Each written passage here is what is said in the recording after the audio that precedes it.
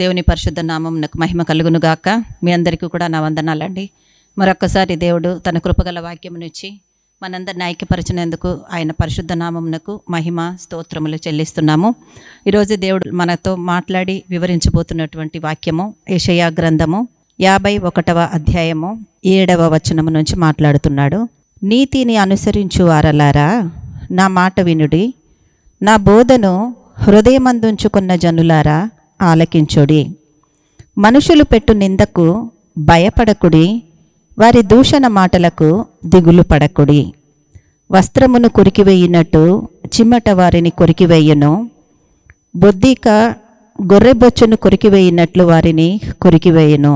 అయితే నా నీతి నిత్యము నిలుచును, నా రక్షణ తరతరములు ఉండును అని దేవాది దేవుడు ఈరోజు మనతో సెలవిస్తున్నటువంటి మాట అండి.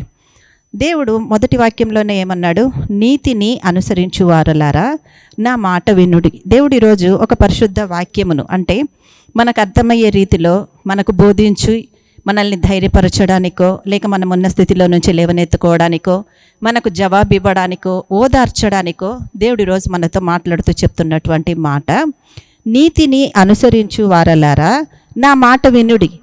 నీతిని అనుసరిస్తూ అంటే ప్రతి విషయంలో కూడా నా మీద మాత్రమే మీరు ఆధారపడి నా వాక్యమును చేతపట్టి విశ్వాసముతో కొనసాగుతూ నేనేమి మిమ్మల్ని ఆశీర్వదిస్తానా, ఎలా దీవిస్తానా, నా యుద్ధం నుంచి ఎలా మీకు ఆశీర్వాదం కలుగుతుందా, నెమ్మది కలుగుతుందా అని మీరు అనుకుంటూ ఉన్నారేమో. అందుకే ఈరోజు మీతో మాట్లాడుతున్నటువంటి మాట, నీతిని అనుసరించు వారలారా నా మాట వినుడి అని దేవుడు సెలవిస్తున్నాడు. అంటే ఆయన మాట మనం విన్నప్పుడు ఏం జరుగుతుందంట? నా బోధను హృదయమందుంచుకున్న జనులారా ఆలకించుడి. ఇంతవరకు మనము మందిరాలకు వెళ్ళి లేక మనం ప్రార్థన చేస్తున్నప్పుడు జీవగ్రంథంలోని మాటల ద్వారా, వాక్యముల ద్వారా దేవుడు మనల్ని బలపరిచి ఆదరించి ఆయా సందర్భాలకు తగ్గట్టుగా మనల్ని గణపరిచి ఓదార్చి నిబ్బరమును ధైర్యమును మనకు అనుగ్రహించి నడిపిస్తున్నాడు. అందుకే దేవుడు సెలవిస్తున్నటువంటి మాట, నీతిని అనుసరించు వారలారా నా మాట వినుడి, నా బోధను హృదయమందుంచుకున్న జనులారా ఆలకించుడి. అంటే ఈరోజు నీకు చెప్తున్న మాట శ్రద్ధతో నా బోధ ఏదైతే మీరు వింటున్నారో దాన్ని హృదయమందుంచుకున్న జనులారా నా మాట ఆలకించుడి అని చెప్పి అప్పుడు అంటున్నాడు, మనుషులు పెట్టు నిందకు భయపడకుడి, వారి దూషణ మాటలకు దిగులు పడకుడి. మనుషులు పెట్టు నిందకు భయపడకుడి. ముందు ఏ పరిస్థితుల్లో ఉన్నామో దానికి తగ్గ ప్రతిఫలం ఏదైతే మనం చూస్తున్నామో, వేదన కావచ్చు, దుఃఖం కావచ్చు, బాధ కావచ్చు, ఇరుకు ఇబ్బందులు కావచ్చు, ఏదైనా కానివ్వండి. కాబట్టి దేవుడు ఏమంటున్నాడు?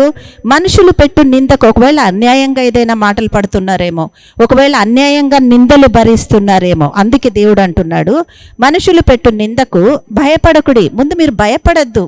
నేను మిమ్మల్ని ఓదార్చువాడను, బలపరచువాడను, నా మాట వింటున్న నా జనులారా అని దేవుడు సెలవిస్తూ బలపరుస్తున్నటువంటి మాట, మనుషులు పెట్టు నిందకు భయపడకుడి, వారి దూషణ మాటలకు దిగులు పడకడి. మీరు వినకూడని మాటలు ఏదైతే మన ముందుకు వస్తున్నాయో, ఎవరు మనల్ని నొప్పిస్తున్నారో, ఎవరు మనల్ని హింసిస్తున్నారో, ఎవరు మనల్ని దూషిస్తున్నారో, ఎవరు మన తప్పులు ఎత్తిపట్టి చూపించి అన్ని జనుల కంటే కూడా, బయట ఉన్నవారి కంటే కూడా అధికంగా మనవారే, మనలో ఉన్నవారే, మనతో ఉన్నవారే ఎవరు కృంగదీస్తున్నారో దేవుడు ఏమంటున్నాడు? మనుషులు పెట్టే నిందకు భయపడకుమా అని దేవుడు సెలవిచ్చి, వారి దూషణ మాటలకు మీరు దిగులు పడకుడి. వారిది దూషణ మాటలు, టైంపాస్ మాటలు. అవన్నీ యథార్థత ఏందో నీకు తెలుసు, ఉన్న పరిస్థితి ఏందో నీకు తెలుసు. నేను ఆదరించువాడను, బలపరిచిన వాడను, నా బోధను నీ హృదయమందుంచుకున్న బిడ్డలు మీరై ఉన్నారు. కాబట్టి ఆ మనుషులు పెట్టే నిందలకు మీరు భయపడకుడి, వారి దూషణ మాటలకు దిగులు పడకుడి అని దేవుడు రోజు బలపరుస్తున్నాడు. ఏ పరిస్థితుల్లో ఉండి నేనేం చెయ్యట్లేదు ప్రభా, నా అంతకు నేనున్నాను ప్రభా, నేనేదో నా ప్రార్థన లేదో అయ్యా, నేనేదో నీ వాక్యం ఏదో, నీ మందిరం ఏదో అని ఇదే స్థితిలో నేను ఉండగా ఎందుకయ్యా నాకు ఇవన్నీ వస్తున్నాయి, ఎందుకు ఈ విధంగా నన్ను వెదికి మాటలు అంటున్నారు, నేను భరించలేకపోతున్నాను ప్రభా అని ప్రియ దేవుని బిడ్డ ఈరోజు నువ్వు దేవుడి దగ్గర మొరపెడుతున్నావేమో, దేవుడి దగ్గర మొరపెట్టి కన్నీళ్లతో అంగలారుస్తున్నావేమో. నా యేసయ్య నీ దగ్గరకు వచ్చి మాట్లాడుతున్నాడు. మా దేవాది దేవుడు బ్రదర్ మీ దగ్గరకు వచ్చి మీతో మాట్లాడుతున్నాడు. ప్రియ దేవుని బిడ్డ కృంగిపోకండి. సర్వోన్నతమైన తండ్రి ఈరోజు జవాబిచ్చి ఆదరిస్తున్నాడు. మనుషులు పెట్టు నిందకు భయపడకుడి, వారు పెట్టి నింద, వారి దూషణ మాటలకు దిగులు పడకుడి. ఎందుకంటే మనుషులు పెట్టు నిందకు భయపడకుడి, వారి దూషణ మాటలకు దిగులు పడకుడి అని దేవుడు సెలవిస్తున్నాడు. ఎందుకంటే వాళ్ళని దేవుడు చూస్తున్నాడు. వాళ్ళు ఏం చేస్తున్నారు, వాళ్ళ క్రియలన్నీ దేవుడు ఎరిగిన దేవుడే. ప్రకటించువాడును నేనే, రక్షించువాడును నేనే, దాన్ని బయలుపరచువాడును నేనే, నేనే నేనే మీ తండ్రి అని చెప్పిన దేవుడు. ఒక తండ్రి పిల్లలను చూడకుండా ఊరుకుంటాడా అండి? అన్ని విషయాలలో ఆదరిస్తాడు కదా ఆయన.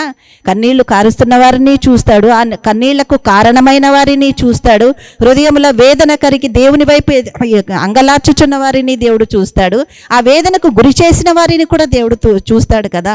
సో వారి క్రియలకు తగిన ప్రతిఫలమును దేవుడి దగ్గర అందుకోబోతున్నాం. కాబట్టి జాగ్రత్తగా ఉందాం మనం. భయపడకండి. ఏ విషయంలో కూడా నువ్వు సోలిపోవాల్సిన అవసరం లేదు. సర్వోన్నత తండ్రి ఈరోజు తోడై ఉండి ఆదరించి బలపరిచి నిన్నెంతగానో ధైర్యపరిచే మాటతో వచ్చి, ప్రియ దేవుని బిడ్డ, నువ్వు ఉన్న స్థితిలో నిన్ను లేవనెత్తుతున్నాడు, కృంగిన స్థితిలో ఉన్న నిన్ను ఓదారుస్తున్నాడు. మనుషులు పెట్టే నిందకు భయపడకు నాన్న, నువ్వు కృంగిపోకమ్మా, వారు పెట్టే నిందలకు దిగులు పడకు నువ్వు. ఎందుకంటే దేవాది దేవుడను నేను నీకు తోడై ఉన్నాను. వాటన్నిటి నుంచి విడిపించడానికి ఈరోజు నీకు ఎవరైనా ఉన్నారు అన్నానంటే సర్వోన్నతుడైన పరలోక తండ్రి మాత్రమే. సో ఆ ధైర్యంతో మనం ముందుకెళ్దాం. ఆ కృపతో నన్ను ప్రేమించిన యేసయ్య నాకు తోడున్నాడని ముందుకెళ్ళి ఆయనను ఘనపరుద్దాం.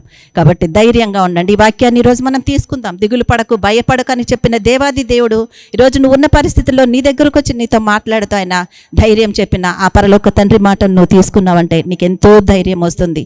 ఎప్పుడైతే విశ్వాసములో ఈ వాక్యం ద్వారా నువ్వు నిలబడతావో నీ పరిస్థితులన్నిటినీ తారుమారు చేసి నిన్ను ఆశీర్వదించగలిగిన సర్వోన్నతుడు నీ దగ్గరికి వచ్చి నిన్ను ఆదరిస్తున్నాడు. నువ్వు ఒక సాక్ష్యానికి ప్రిపేర్ అవ్వబోతున్నావు. దేవుడు గొప్ప సాక్ష్యానికి నిన్ను సిద్ధపరచుకుంటున్నాడు. అది నీవు విశ్వసిస్తేనే జరిగే కార్యమై ఉంది. కాబట్టి ఆయనను మహిమపరుద్దాం. దేవుడు ఇటు కృప ఈ వాక్యము ద్వారా ఆదరించబడి మనకందరికీ అనుగ్రహించి దేవుడు దీవించునుగాక. Amen, amen, amen.